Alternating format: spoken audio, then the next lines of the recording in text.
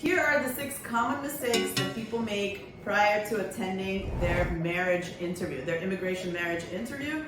How do I know? My name is Zlata Berman. I'm an immigration attorney with over 20 years of experience, and I will go over some of the common mistakes that I see people make so that you won't have to. Number 1, thinking that having a lawyer with them will make them look suspicious. Clients say this all the time. Will immigration think that we have something to hide? The answer is no.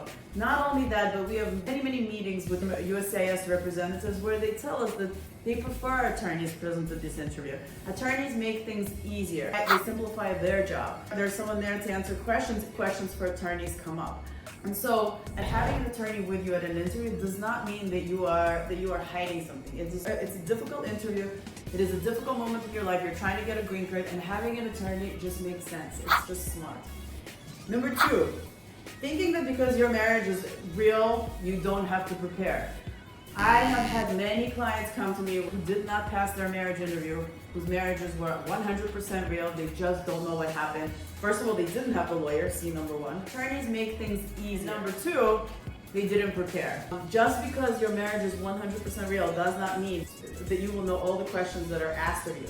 So do prepare, with a lawyer or without, but do prepare. Number 3, not having enough joint documents because you think you're just going to answer the questions.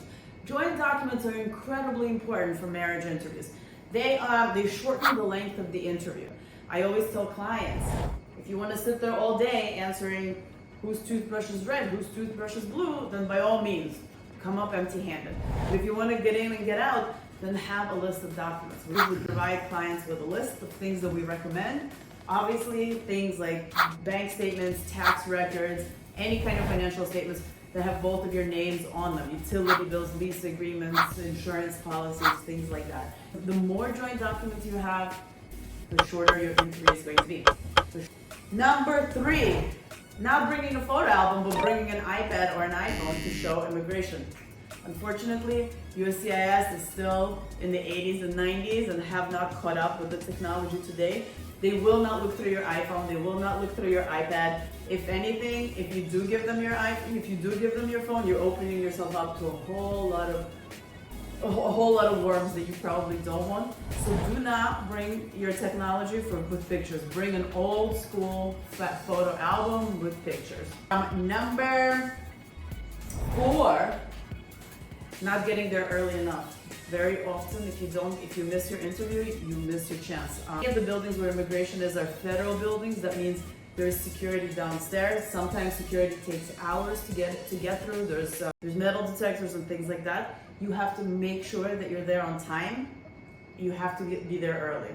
And the number 5 most common mistake that people make prior to going to their interviews, not bringing original documents. Now, some of the things they'll take copies of, but some of the things they will need you to bring originals of. There is a list of them. Some of them, off the top of my head, are your marriage license, your passports, your birth certificates have to be original. Divorce decrees, sometimes they'll take a copy, but if you have the original, do bring the original. Any birth certificates at all, children, etc. And these are the common mistakes that we see people making, and now you don't have to.